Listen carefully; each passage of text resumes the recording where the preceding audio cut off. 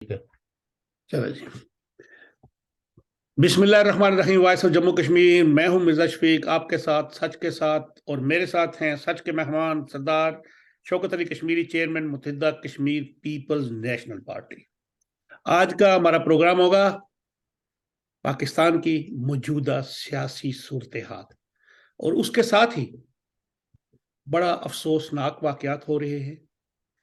2023 में तकरीबन 30 से 35 लोग कश्मीरी शहरी ममलकत ख़ुदादाद पाकिस्तान के मुख्तलिफ शहरों में कत्ल हो रहे हैं।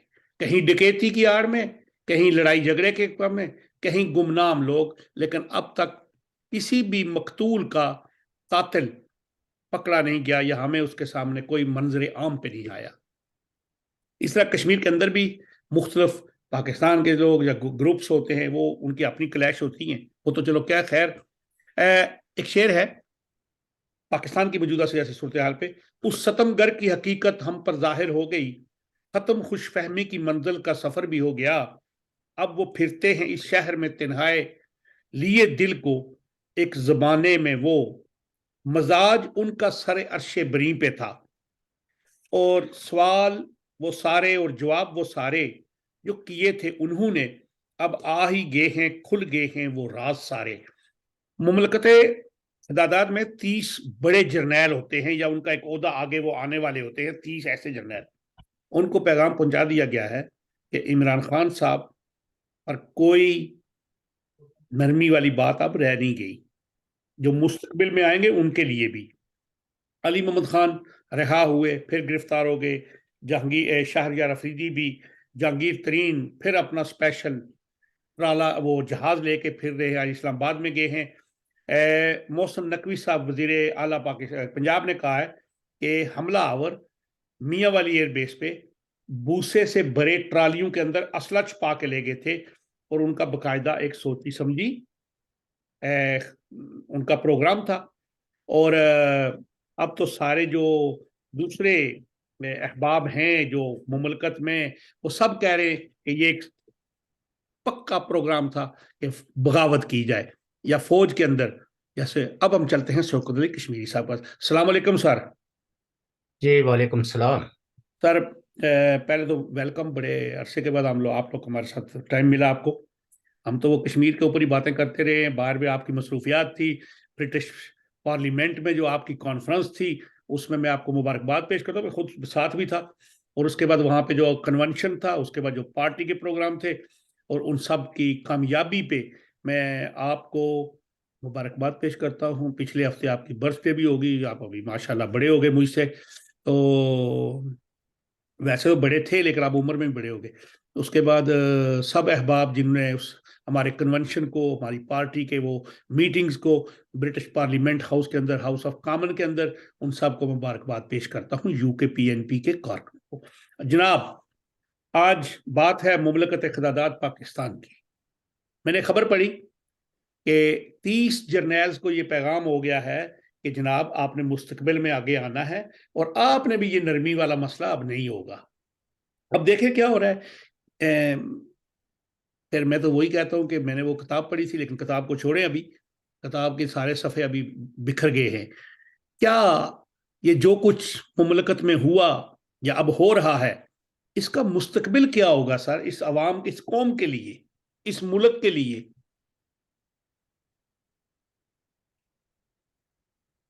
जालिब साहब कहते हैं, दुश्मनों ने जो दुश्मनी की है, हम्म, दोस्तों ने भी क्या कमी की है।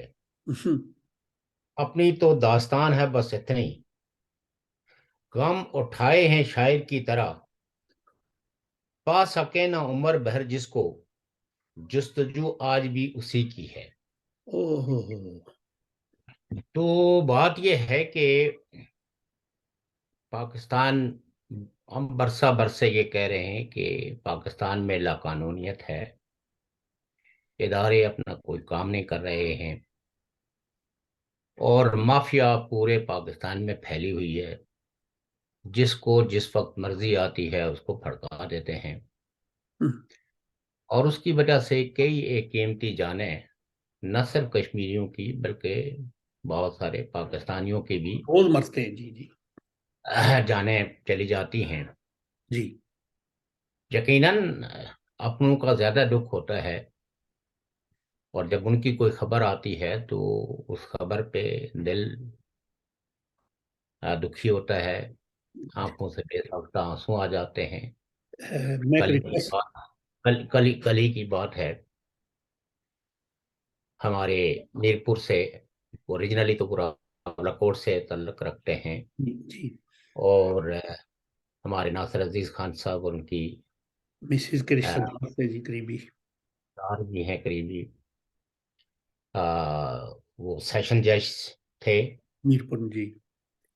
और उनकी तैनाती मीरपुर में थी। जी। उनको घर में घुसकर तो कत्ल कर दिया गया। और आप ये अंदाजा कीजिए कि एक जो कातिल है, जो घर में घुसे, उनमें से एक जख्मी भी है, और वो पुलिस ने पकड़ लिया, लेकिन अभी तक बाकी मुजरिमों के बारे में कोई तहकीक नहीं हो रही है। हम्म। तो ये तो एक खौफनाक सूरत हाल है उन लोगों के लिए जो इस सूरत हाल पर कड़ी नजर रखे हुए हैं। लेकिन पाकिस्तान एक ऐसी रियासत है जिसके कानों पे कोई जू नहीं रेंगती, और पाकिस्तान की एस्टेब्लिशमेंट सियासी जोड़ तोड़, पार्टियों को तोड़ना, पार्टियों को जोड़ना, एक को इक़्तिदार से बेदखल करना, दूसरे को इक़्तिदार में लाना, और ये बरसा यानी गुज़श्ता 76 साल की अगर तारीख पे नजर डालें तो यही एक दास्तान है। पीपल्स पार्टी को तोड़ के वो नेशनल पीपल्स पार्टी बनाई गई, जतोई फिर साहब एक की। प्रोग्रेसिव पीपल्स पार्टी बना गई। नियाजी साहब की। तो कई एक ये इसी तरह नून लीग को भी तोड़ा गया, फिर पीपल्स पार्टी को तोड़ा गया, वहां से पैट्रियाट निकाले और काफिले की हुकूमत बना दी परवेज मुशर्रफ साहब ने। तो पाकिस्तान की एस्टेब्लिशमेंट जो है वो चार्टर ऑफ डेमोक्रेसी से खौफजदा थी कि भाई यहाँ सब इदारों को शायद कानून ने जो उनको अख्तियार दिए हैं, जो दायरे मुतय्यन किए हैं, उसके मुताबिक वो हुक्म वो चलेंगे। तो उसका तोड़ तो आपको पता ही है 2011 में, अगरचे ये लंबी दास्तान है, और जाहिर है कि ये मुख्तसर प्रोग्राम जो है वो उस पूरी दास्तान का अहाता नहीं कर सकती। लेकिन इमरान खान साहब खुद भी और जनरल हजरात भी ये इकरार बरमला करते हैं। इमरान खान साहब ये कहते हैं कि मेरी हुकूमत में तो असल हुक्मरान वही थे, वही पार्लियामेंट चलाते थे, वही बजट बनाते थे, वही फॉरेन अफेयर्स चलाते थे, और छोटे छोटे तबादलों से लेके हर काम में उन्हीं की मुदाखलत थी। किसको क्या सहूलत देनी है, किससे क्या सहूलत छीनी है। और जब कुछ एडमिनिस्ट्रेटिव मैटर्स में इख्तलाफात हो गए, तो आज इमरान खान साहब की जो पार्टी है, जिसको जो पीटीआई है, जी। उससे एक लंबी कतार है लोगों के छोड़ने की। 100 लोग आज हो गए लीडर जी। और वजह 9 मई जी के उस प्रोटेस्ट जी। को बनाया गया है कि जी 9 मई को मिलिट्री इंस्टॉलेशंस पे जो हमले हुए हैं, जी तो ऐसे मुजरमों को अब करार वाकई सजा दी जाएगी। जी। इंसानी हकूक की तंजीमें अपने तय कह रही हैं कि पाकिस्तान में बदतरीन इंसानी हकूक की खिलाफवर्जियाँ हो रही हैं।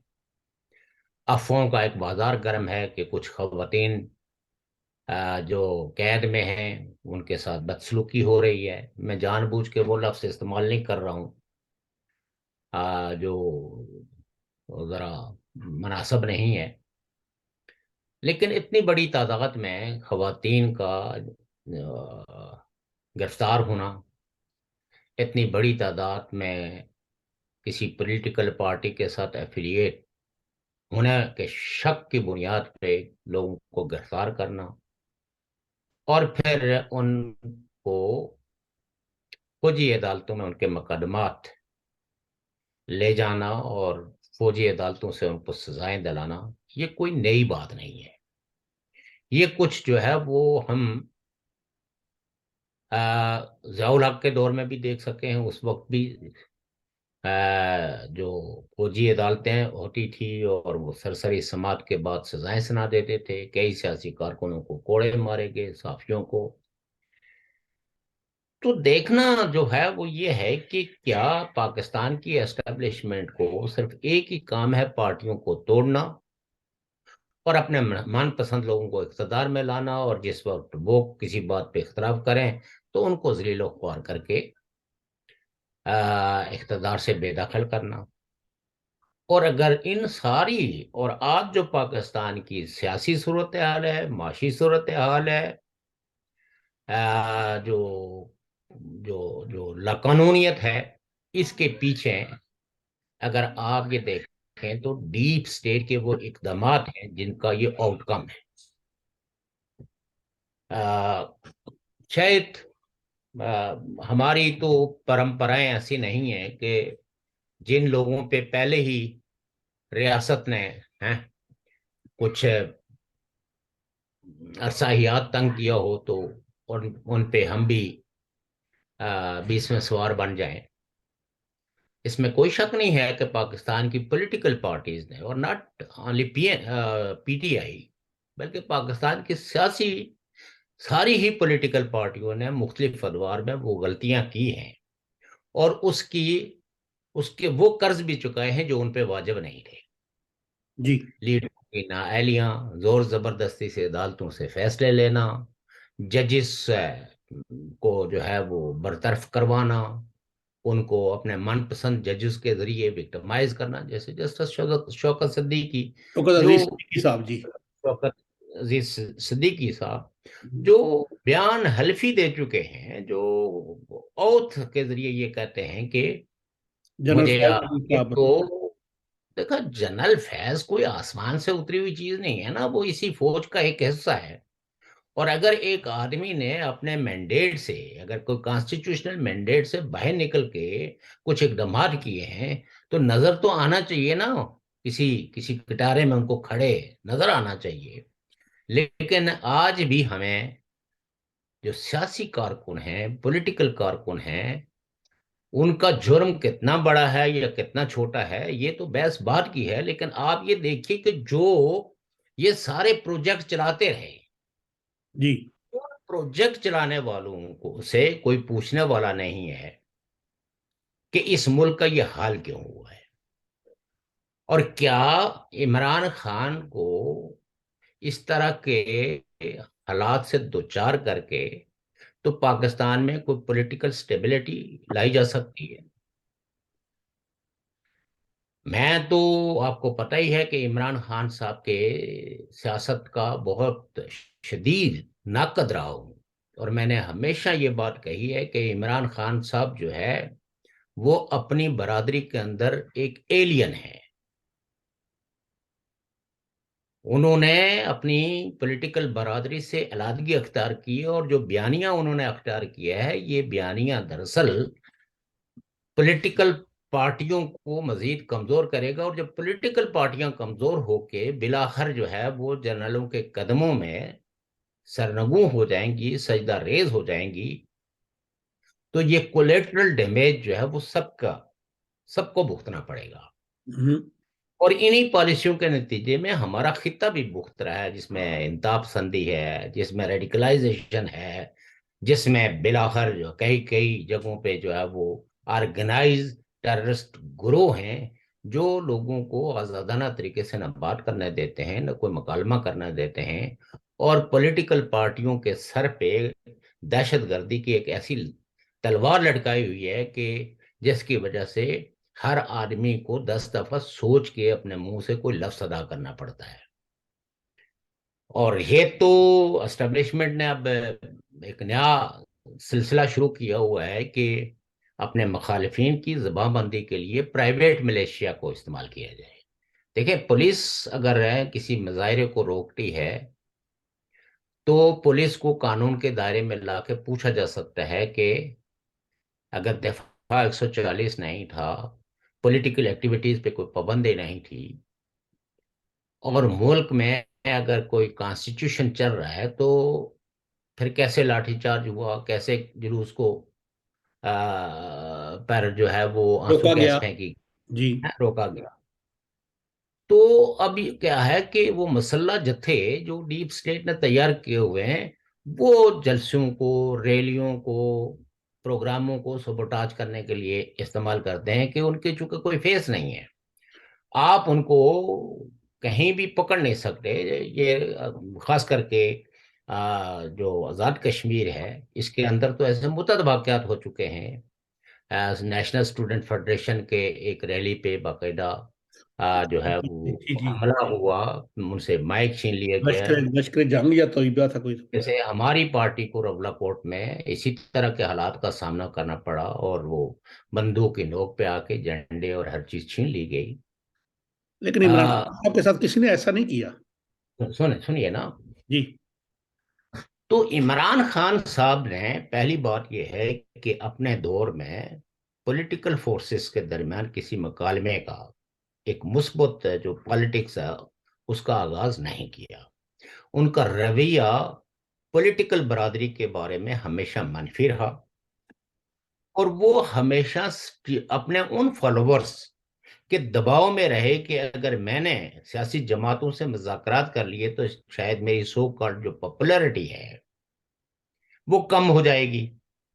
तो लिहाजा उन्होंने ये नहीं देखा कि पूरी दुनिया की तारीख में सियासी जमातें एक दूसरे के खिलाफ होती हैं, एक दूसरे से इख्तदार जो है वो छीनना चाहती हैं, लेकिन उसके भी कुछ मैनर्स हैं, कुछ जवाबत हैं, कुछ कवायद हैं, कुछ उसूल हैं जिनको वायलेट नहीं किया जाना चाहिए। और खास करके वो पार्टियां जो इख्तदार की सियासत करती हैं, मैं उन क्लासिकल टर्मिनोलॉजीज में बात नहीं करूंगा जैसे जो जो बुर्जुआ पॉलिटिकल पार्टियां हैं।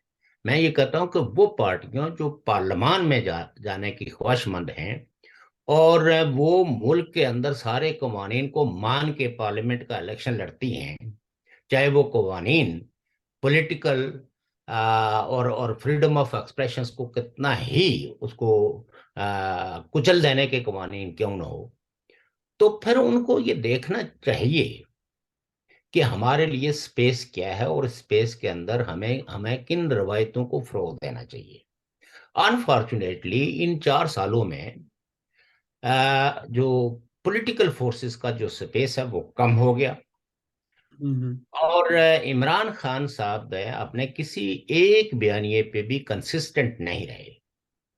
जब वो इख्तदार से बेदखल हुए, जी डेमोक्रेटिक राइट्स अपोजिशन पार्टियों ने इस्तेमाल करते हुए उनके खिलाफ नो कॉन्फिडेंस किया, जी। तो उनको उस वक्त स्टेट्समैन की तरह, एक पॉलिटिकल लीडर की तरह उस अपनी उस कमी को, अपनी उस खामी को एक्सेप्ट करना चाहिए था कि पार्लियामान का मुझे एतमाद हासिल नहीं रहा।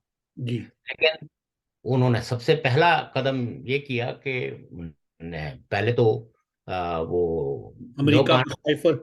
नो कॉन्फिडेंस की जो मोशंस थी उसको उसको। डिक्लेयर करते रहे, और अल्टीमेटली एक वक्त ऐसा आया कि जब वो चीज हो गई तो उन्होंने असेंबली को डिसॉल्व कर दिया अनकॉन्स्टिट्यूशनली। क्योंकि ये कॉन्स्टिट्यूशनल नॉर्म्स हैं कि जब किसी कोई असेंबली जो सेशन में हो और नो कॉन्फिडेंस मोशंस मूव हो चुकी हो, उसको तो नहीं उस था। पीरियड के अंदर आप ना तो असेंबली को डिसॉल्व कर सकते हैं, जी। और विद दिस स्पेसिफिक पीरियड जो है वो आपने नो कॉन्फिडेंस मोशन पे इलेक्शंस करवाने हैं, आपने वोटेशंस कराने हैं। वहां उन्होंने जो तमाशा लगाया वो उनकी जो नपुख्ता सियासी सियासत का इजहार होता था कि वो सियासी नाज में इतने मैच्योर नहीं है। और खास करके उन्होंने जब बयानिया अख्तियार किया पहले कि अमेरिका ने मेरी हुकूमत खत्म की, और इन इन लोगों को जो इस वक्त इख्तियार पे, जो पीडीएम की शक्ल में है, पीपल्स पार्टी की शक्ल में है, जिन्होंने ज्वाइंटली इमरान खान की हुकूमत को डिसॉल्व किया, वो मोशन पेश करके उसको फतेहमंदी से हमकनार किया, तो उन्होंने स्लोगन लगा दिया कि ये इम्पोर्टेड है, यानी इम्पोर्टेड बाय अमेरिका। ये अमेरिका ने इनको इंस्टॉल किया।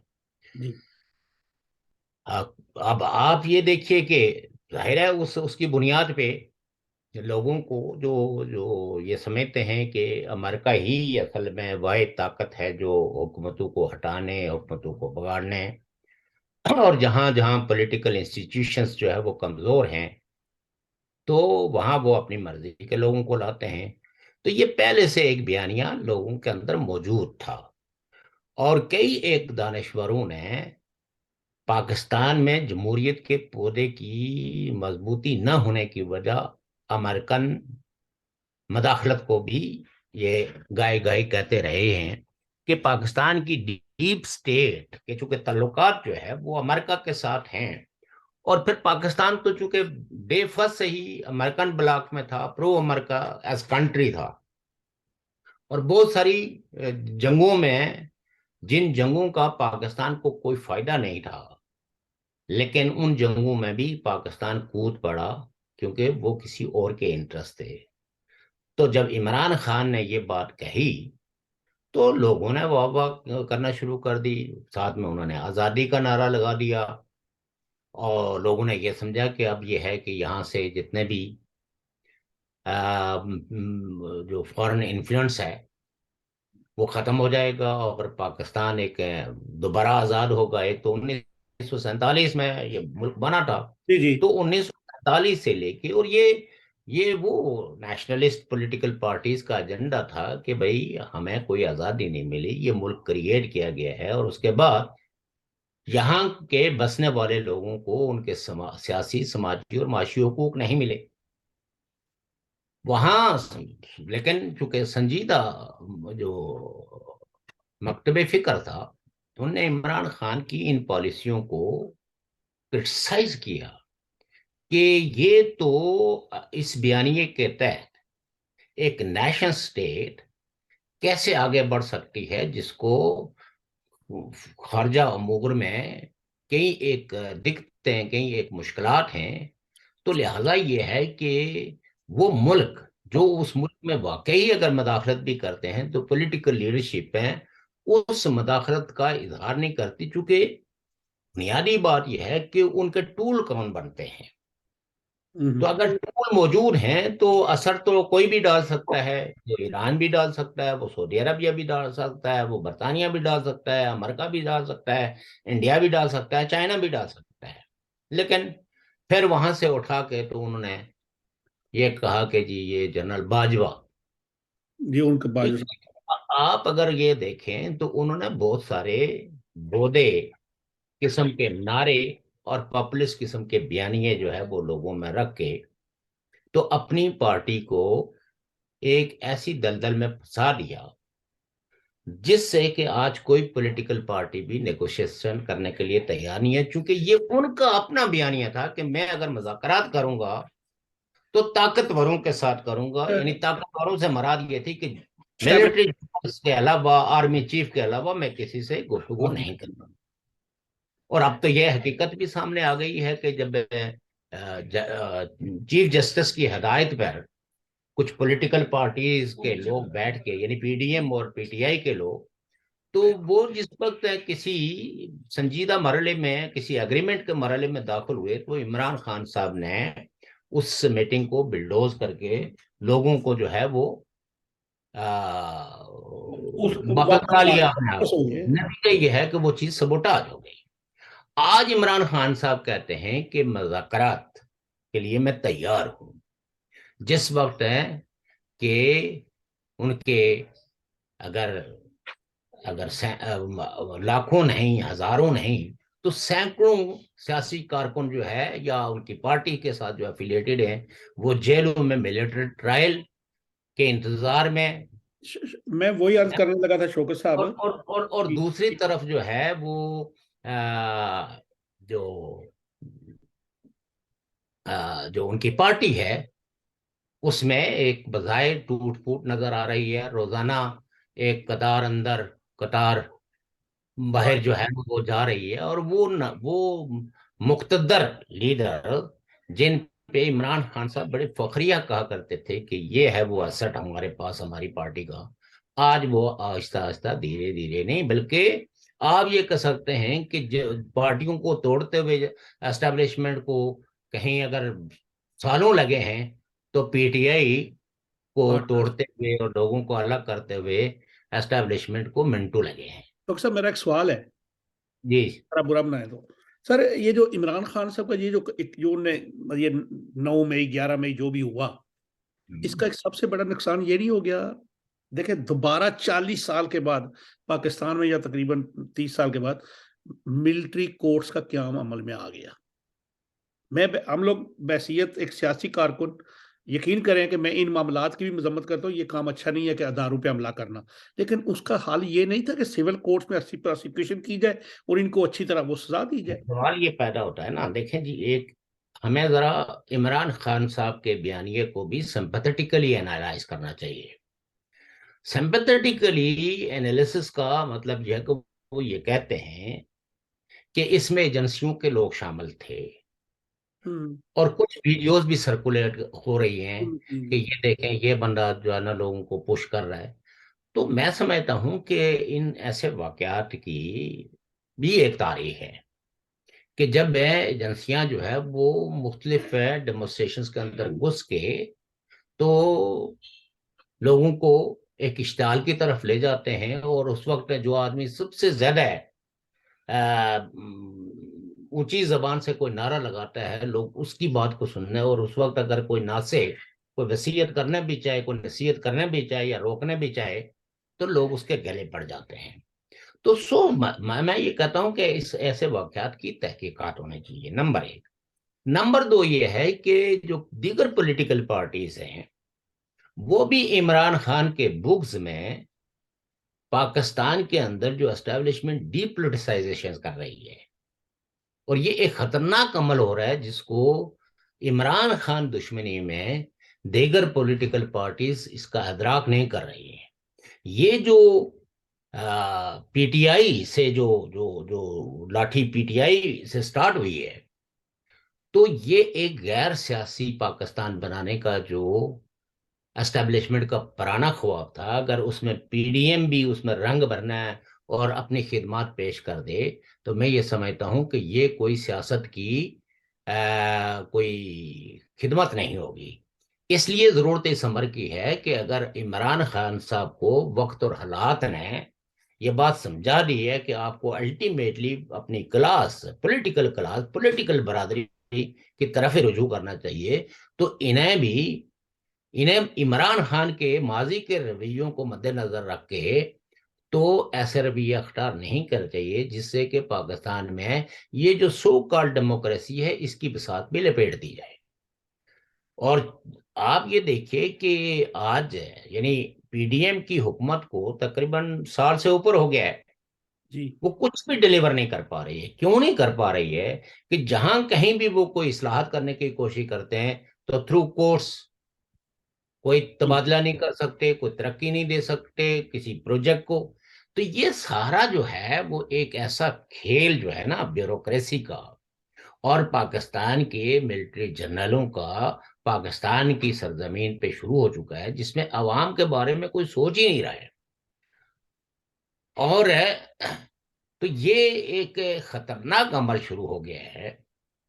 और कभी कभी तो गमान होता है कि शायद पाकिस्तान अब अपने लॉजिकल एंड तक पहुंच गया है, और पाकिस्तान को जितना एक निचोड़ना था, पाकिस्तान की अशराफिया ने वो निचोड़ चुके हैं, अब उनको मजीद कोई तवक्को नहीं है। और बज़ाहिर जो जंग लग रही है, जंग नजर आ रही है, वो है चाइना का इन्फ्लुएंस पाकिस्तान पे रहेगा या अमेरिका का इन्फ्लुएंस बरकरार रहेगा? क्या जी। चाइना को जो है वो पाकिस्तान वो स्पेस जो गुज़श्ता 75 सालों से दिए हुए है, उस स्पेस में कोई कटौती करेगा? या उसको मजीद स्पेस दिया जाएगा। और जो अमेरिकन डिजाइन, तो ये अमेरिका वर्सेस जो चाइना की जो लड़ाई है, इस लड़ाई पे भी लोगों को संजीदगी से गौर व फिक्र करना चाहिए, और खास करके जो पॉलिटिकल क्लास है, और अपने रीजन में पीस के एजेंडे को प्रमोट करने के लिए मैं ये समझता हूँ कि पहले मरले के तौर पर पॉलिटिकल लोगों को, पॉलिटिकल पार्टियों को आपस में मुकालमा करना चाहिए, मुज़ाकरात करना चाहिए, और एक फ्यूचरिस्टिक पॉलिसियां ऐसी बनानी चाहिए। वरना तो इसकी कोई इंतहा नहीं रहेगी। आज पीटी कल नून लीग थी विक्टिम, आज पीटीआई हो गई, कल पीपल्स पार्टी हो जाएगी। देखो, हर एक के सर पे एस्टेब्लिशमेंट ने एक एक तलवार लटकाई हुई है। कराची पे पहले एमक्यूएम की शक्ल में तलवार थी, अब जमात इस्लामी की शक्ल में आ जाएगी।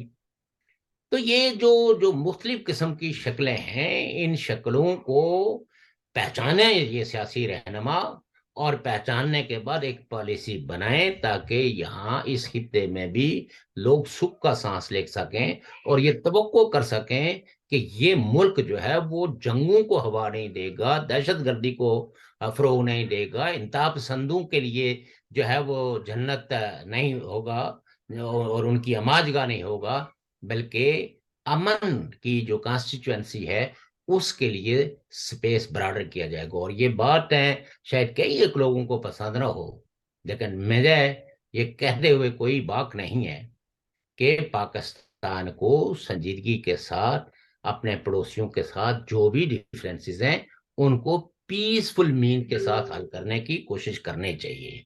क्योंकि इस वक्त तक सबोटाज सबोटाज जितने भी टॉक्स हुए हैं उसमें पाकिस्तानी एस्टेब्लिशमेंट का ही रोल रहा, चाहे वो लाहौर डिक्लेरेशन हो, चाहे शिमला अग्रीमेंट हो, चाहे ताशकंद हो, उस सबकी अगर खिलाफ वर्जियों का आप अहाता करें, और ये मिलिटेंसी और ये प्राइवेट मलेशिया, नतीजा यह है कि आज पाकिस्तान के वजूद पे लोग संजीदा बहसें हो रही हैं। ये अब वो ड्राइंग रूम्स के अंदर या कमरों के अंदर बैठ के नहीं, बल्कि अब तो टीवी टॉक शोज के अंदर पाकिस्तान के मुस्तकबिल के बारे में लोग गुफ्तगू कर रहे हैं कि पाकिस्तान सरवाइव करेगा या नहीं करेगा। डॉक्टर साहब, पीटीआई नो पीटीआई, ये पॉलिसियां मैं नहीं समझता हूं कि इसमें कुछ हासिल होने वाला है। डॉक्टर साहब 5 मिनट क्योंकि एक पीटीआई कोई आसमान से उतर के नहीं आई थी। जिस पीटीआई को और सारी पॉलिटिकल उस वक्त की अपोजिशन पार्टियां जो ये कहती थी कि इतना लाड इस बंदे से न करें, कि उस लाड में ये अपना पॉलिटिकल विजडम भी और प्रॉग्मेटिक अप्रोच भी छोड़ दे, और फिर लाडले बच्चों की तरह जो है ना वो हाथ में जो बर्तन भी आए वो तोड़ दे। डॉक्टर साहब 5 मिनट आखिरी रह गए प्रोग्राम के वक्त में। 2023 की बात करता हूँ, 2022 तो फिर बहुत पीछे चला जाएगा। 2023 की बात और 2022 के आखिरी दिनों की बात। पाकिस्तान के अंदर, इस्लामाबाद के अंदर, लाहौर, गुजरांवाला, एक छोटा बच्चा भी पहले हुआ था, शायद आपको मालूम है, अरसलान जुबैर नाम था उसका, बाघ का। वो इस्लामाबाद से हुआ था। कोई मिला नहीं, कोई कुछ नहीं हुआ। उसके बाद मैंने जो देखा है, 23 से 24 लोग कत्ल हुए हैं। कल हमारे मीरपुर के जो सेशन जज साहब थे, हमारे अमजद इसाक साहब, उनके घर में डकैती हुई। डकैती के दौरान वो उनको उनकी डेथ हो गई। जैसा बकौल आपको पता है कि वो एक बंदा पकड़ा भी गया, लेकिन बाकी नहीं। इससे कबल भी ऐसे हुए, वो हाउसिंग सोसाइटीज में या जो भी कुछ था, लेकिन कभी तक वो कातिल जो हैं उनको गिरफ्तार नहीं किया गया। उनके पीछे को बहुत बड़े हाथ होते हैं। या दूसरी तरफ कश्मीरी जो है वो लावारिस हो गए मसलन, यानी। नहीं, ये कश्मीरियों का सवाल नहीं है। ये बात यह है कि वो मिलिटेंट जो इन्होंने ट्रेन करके गली मोहल्लों में छोड़े हुए हैं, वो ये सब कुछ कर रहे हैं। क्योंकि अगर इनको स्टेट नहीं देगी तो ये यही कुछ करेंगे। ये एक ऑर्गेनाइज्ड वो है, और ये कई लोगों को नहीं पता है। लेकिन जब तक कि रियासत और रियासती इदारे अपना किरदार अदा दुरुस्त तरीके से नहीं करेंगे और कानून की हुक्मरानी कायम करने में अपना कॉन्स्टिट्यूशन में दिया हुआ रोल प्ले नहीं करेंगे, तो यहाँ लॉलेसनेस जो है वो उस स्टेज पे पहुंच चुकी है कि कोई आदमी भी दावे से नहीं कर सकता जो घर से बाहर निकलता है वो महफूज पहुंचेगा, या जो घर में वापस आ गया है और वो अपने अगर स्लीपिंग रूम में चला गया है तो वो सुबह अपने बच्चों को देख पाएगा या उसके बच्चे उसको देख पाएंगे। तो ये कैफियत जो है, ये इतनी बड़ी अनारकी है जिस अनारकी का आप तस्वर भी नहीं कर सकते। और इसका कोई और जिम्मेदार नहीं है। ये जो नंबर वन फौज, ये जो नंबर वन एजेंसियां के दावेदार हैं, इनसे पूछा जाना चाहिए सख्ती से कि आपका काम सिर्फ पॉलिटिकल पार्टियों को तोड़ना और पॉलिटिकल लोगों को जेलों में डालना, उन पे तरह तरह के इल्जाम तराशियों के लिए अपने सहूलतकार और अपने प्रॉक्सीज पैदा करना है, या जो कौन जो जो जो जो मुल्क आपकी तनख्वाहें, आपकी पेंशनें, आपके बड़ी सारी मराहतें देता है, उसकी भी कोई खिदमत करनी है। तो इट इज वेरी अनफॉर्चुनेट। और आप ये देखिए कि इस वक्त है घोटा से लेके केमाड़ी तक, केमाड़ी से लेके खैबर तक, लगा गिलगित बल्तिस्तान, किसी एक जगह भी जो लॉ एंड ऑर्डर की सिचुएशन है वो दुरुस्त नहीं है। और हर तरफ खौफ के साए साए जो है वो मंडला रहे हैं हर सियासी कारकुन के सर पे। तो लिहाजा ऐसे माहौल में कोई लोग कैसे सांस लेंगे, लोग कैसे किसी अच्छाई के बारे में सोच पाएंगे। आपने लोगों को सोचने के काबिल ही नहीं बनाया है।